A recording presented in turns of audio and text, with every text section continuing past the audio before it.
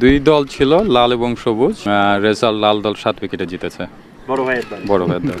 বন্ধুরা, আপনারা অনেকে হয়তো আরাফাত রহমান কোকো এর নাম শুনেছেন। তিনি ছিলেন খালেদা জিয়া এবং জিয়াউর রহমানের ছোট ছেলে আর তারেক রহমানের প্রাণপ্রিয় ছোট ভাই। তো বন্ধুরা, আজকের এই ভিডিওতে আমি আপনাদের জনাব আরাফাত রহমান কোকোর জীবনী সম্পর্কে বলবো, আর কেন আরাফাত রহমান কোকো সবার কাছে এতটা জনপ্রিয় ছিলেন সেটা সম্পর্কেও বিস্তারিত জানানোর চেষ্টা করব।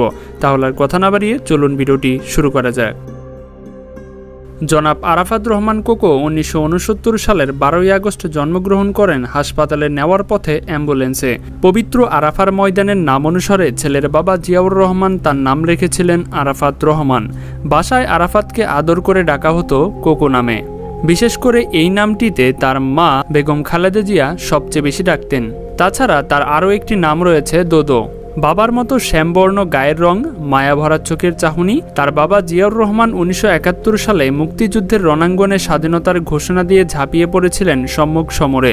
যুদ্ধের ডামাডোলে বড় ভাই তারেক রহমান আর মায়ের সাথে ক্যান্টনমেন্টে বন্দী ছিলেন তিনি। ছোট কোকো একটু দূরে খেলা করছিল আর বড় ভাই তারেক রহমান মায়ের পাশে। হঠাৎ মায়ের কি মনে হলো, তিনি গিয়ে ছোট ছেলেকে কোলে তুলে নিয়ে সেখান থেকে সরিয়ে আনলেন। এরপর মুহূর্তেই একটি মর্টার শেলের আঘাতে হুড়মুড় করে ছাদ ভেঙে ধসে পড়ল। কোকো যেখানে ছিল ঠিক সেই জায়গাটিতেই। সেই যাত্রায় প্রাণে বেঁচে গিয়েছিলেন তিনি। আরাফাত রহমান কোকো শিক্ষাজীবন শুরু করেছিলেন বিএএফ শাহীন কলেজ। তার বাবা জিয়াউর রহমান মৃত্যুর পর বেগম খালেদা জিয়া রাজনীতিতে যোগ দিয়ে জাতীয়তাবাদী দলের হাল ধরেন। মা তাকে পাঠিয়ে দেন চাচার কাছে যুক্তরাজ্যে। ওইখান থেকে তিনি ও লেভেল শেষ করে আমেরিকায় চলে যান। আমেরিকা থেকে এ লেভেল শেষ করে এরপর তিনি অস্ট্রেলিয়া থেকে সিভিল এভিয়েশনে উচ্চতর শিক্ষা অর্জন করেন। একজন রেজিস্টার্ড পাইলট হিসেবে আরাফাত রহমান কোকোর নাম ছিল বলে জানা যায়, কিন্তু মা ভয় পেতেন বলে তার পাইলট হিসেবে যোগ দেওয়া হয়ে ওঠেনি তার।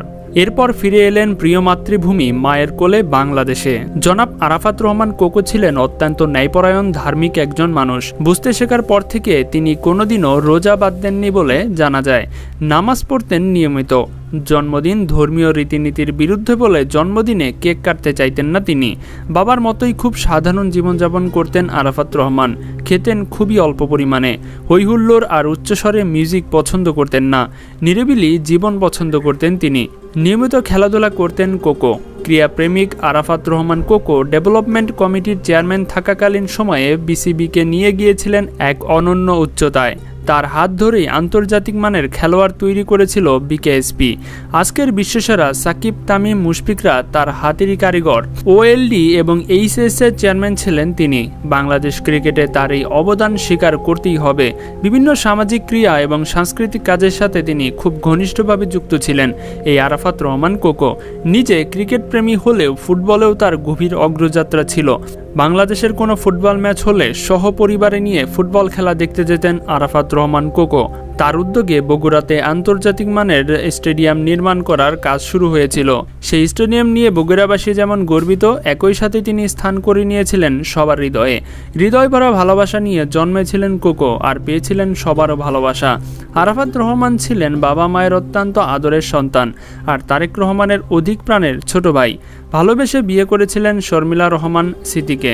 ছিলেন প্রাণপ্রিয় স্বামী এবং 2 সন্তানের গর্বিত পিতা। রাজনীতির পরিবারে জন্ম হলে বরাবরই তিনি রাজনীতি থেকে দূরে থাকতে পছন্দ করতেন। রাজনীতি তিনি করতেন না এবং বুঝতেও চাইতেন না। অসম্ভব শান্তিপ্রিয় এবং মিশুক মানুষ ছিলেন তিনি। তাই আরাফাত রহমান কোকো ছিলেন সকলেরই প্রিয়। সাদামাটা একটি ছেলে প্রথম দেখায় তেমন আলাদা মনে না হলেও তীক্ষ্ণ চোখের দৃষ্টি সকলেরই নজর কেড়ে নিতে বাধ্য। বাবার মতো দেখতে সুন্দর চাহনি এবং অসম্ভব গুছিয়ে কথা বলতে পারতেন তিনি। তার নেতৃত্ব দেওয়ার সহজাত গুণের কারণে বন্ধু মহলে তিনি ছিলেন অত্যন্ত জনপ্রিয়। রাজনৈতিক কোনো অভিলাষ না থাকলেও ষড়যন্ত্রমূলক অপরাজনীতির শিকার হয়েছিলেন আরাফাত রহমান কোকো। 2007 সালে তাকে গ্রেফতার করানো হয়, চালানো হয় অমানসিক নির্যাতন, জড়ানো হয় ষড়যন্ত্রমূলক মিথ্যা মামলায়। তাকে ধরে নিয়ে যাওয়ার সময় নির্ভীক আরাফাত রহমান অফিসারদের ভরা কণ্ঠে জিজ্ঞাসা করেছিল, আমাকে নিতে এসেছেন? কোথায় যেতে হবে চলেন। কিন্তু গাড়িতে তুলতেই 2 হাত পেছনে নিয়ে হ্যান্ডকাফ লাগিয়ে দেওয়া হয় এবং কালো কাপড় দিয়ে বেঁধে ফেলা হয় তার 2টি চোখ। এরপর রিমান্ডে নিয়ে চালানো হয় শারীরিক এবং মানসিক নির্যাতন। 2 ভাইকে রাখা হয় একই জেলের 2 ব্লকে, যাতে জেলখানায় 2 ভাইয়ের সাথে সাক্ষাৎ না হয়। টকবাগের তরুণ কোকো রাতে ধরে নিয়ে যায় এবং 2008 সালে জেল থেকে বের হয় হুইল চেয়ারে করে। তার ভালো চিকিৎসার জন্য পাড়ি দিতে হয় মালয়েশিয়াতে। মালয়েশিয়ায় নির্বাসিত জীবনে বড্ড অভিমানী এই মানুষটি ফটোগ্রাফিকেই তার একমাত্র সঙ্গী করে নিয়েছিলেন। বন্দি জীবনের অপমানের কষ্ট কিছুতেই ভুলতে না পেরে অনেকটা নিঃসঙ্গ জীবন কাটিয়েছিলেন আরাফাত রহমান কোকো। কোনো অপরাধ না করেও মিথ্যা অভিযোগের বোঝা তাকে মৃত্যুর দিকে ঠেলে দিয়েছে। তার এই অকাল মৃত্যু ছুঁয়ে যায় বাংলাদেশের প্রতিটি হৃদয়বানের মনে। তার জানাজায় অংশ নিতে সাধারণ মানুষের ঢল নেমে আসে। এ যেন জনসমুদ্রের দোয়ার ছিল একমাত্র আরাফাত রহমান কোকোর জন্যই। এই জনসমুদ্রের দোয়া শুধুমাত্র জিয়া পরিবারের জন্যই ছিল।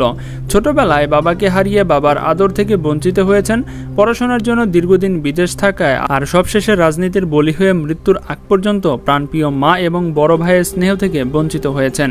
কিন্তু তার মৃত্যুর পর কোটি মানুষের হৃদয় উজাড় করা ভালোবাসা প্রমাণ করে দিয়েছে যে তিনি কারো ভালোবাসা থেকে বঞ্চিত হননি। তিনি আছেন কোটি মানুষের হৃদয়ে। তো বন্ধুরা, এটাই ছিল আরাফাত রহমান কোকোর একটি ছোট্ট জীবনী।